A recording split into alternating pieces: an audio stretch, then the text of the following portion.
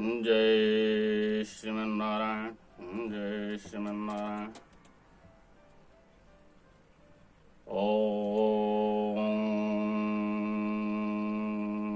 सर्वे भवन्तु सुखिनः, सर्वे सन्तु निरामयाः, सर्वे भद्राणि पश्यन्तु मा कश्चित् दुःखभाग् भवेत्।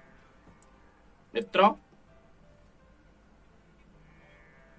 7 तारीख दिन बुधवार को पाप मोचनी एकादशी है।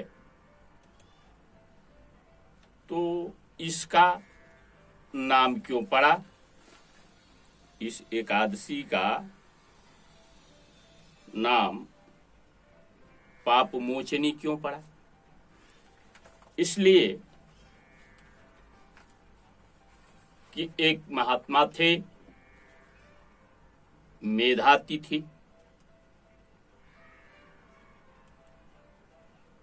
तो महर्षि विश्वामित्र का वर्णन रामचरितमानस में गोस्वामी जी किए हैं।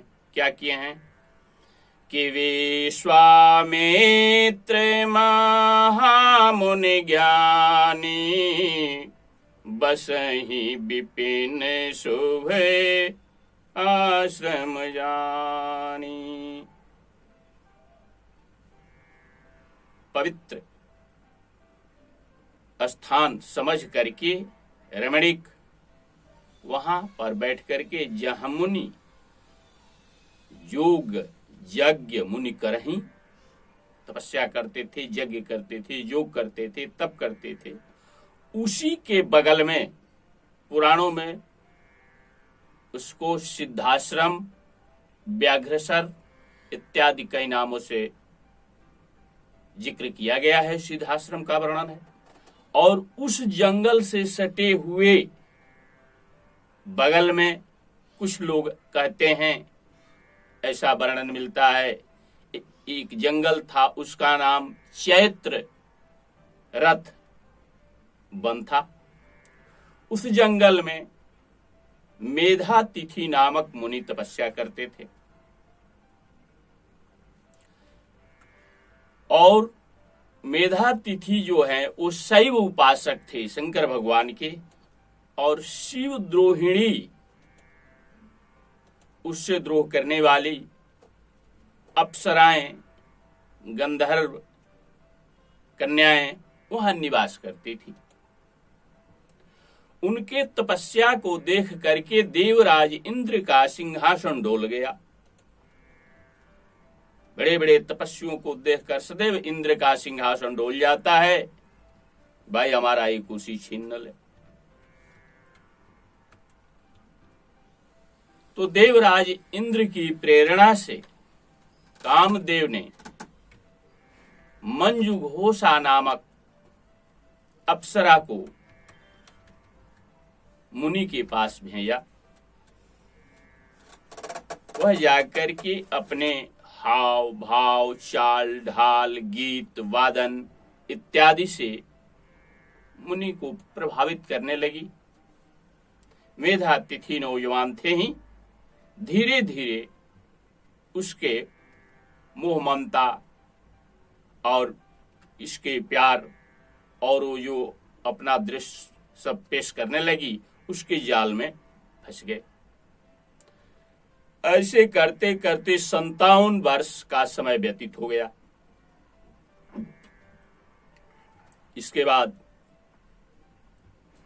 57 वर्षों के बाद मेधातिथि से आज्ञा मांगी अब जाने के लिए।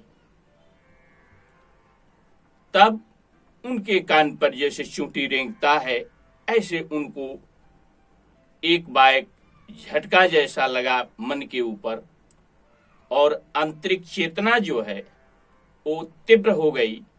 उन्होंने कहा, अरे मैं इतना घोर तपस्या किया, कठोर, हमको ये रसातल में पहुंचाने वाली इसने पहुंचाया, अब फिर ये भी अब जा भी रही है।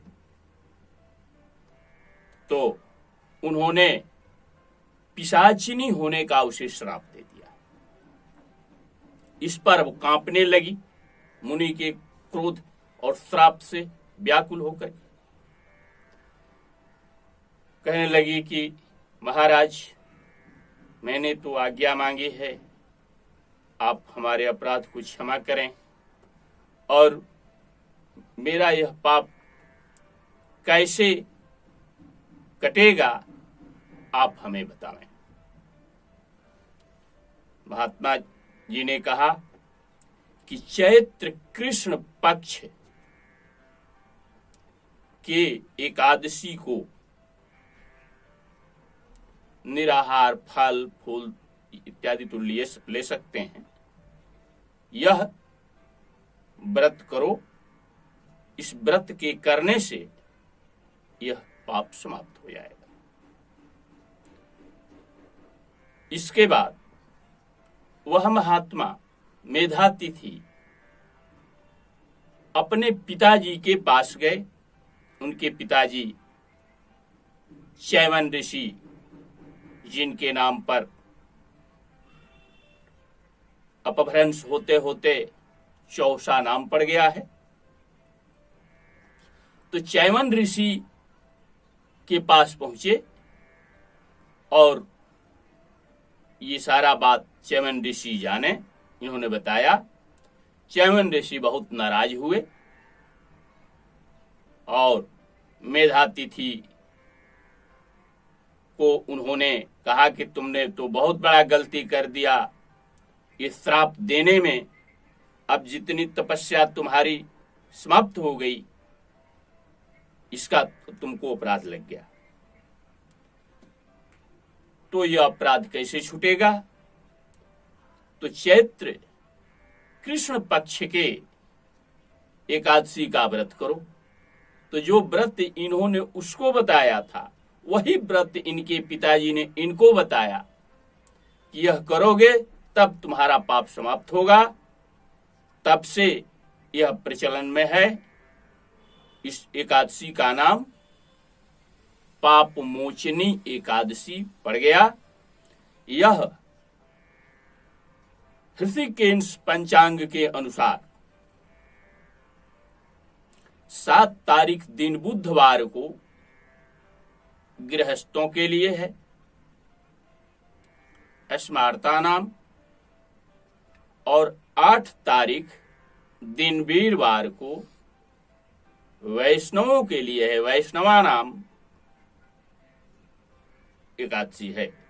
कुछ पंचांगकार सर्वेशाम भी लिख दिए हैं, लेकिन यह 7 तारीख को अस्मार्ता नाम, 8 को जो 7 को गृहस्थ भूखेंगे व्रत को वीरवार को पारण करेंगे, और जो वैष्णव पद्धति को अपनाते हैं वह वीरवार को व्रत करेंगे, शुक्रवार को पारणा करेंगे। इन्हीं शब्दों के साथ इसके विषय में आज इतना ही जानकारी। फिर आगे आने वाले कार्यक्रम के विषय में, जैसे चैत्र कृष्ण पक्ष पूर्णिमा, इसके विषय में मैं बताऊंगा। इन्हीं के साथ जय श्रीमन्नारायण, जय श्रीमन्नारायण।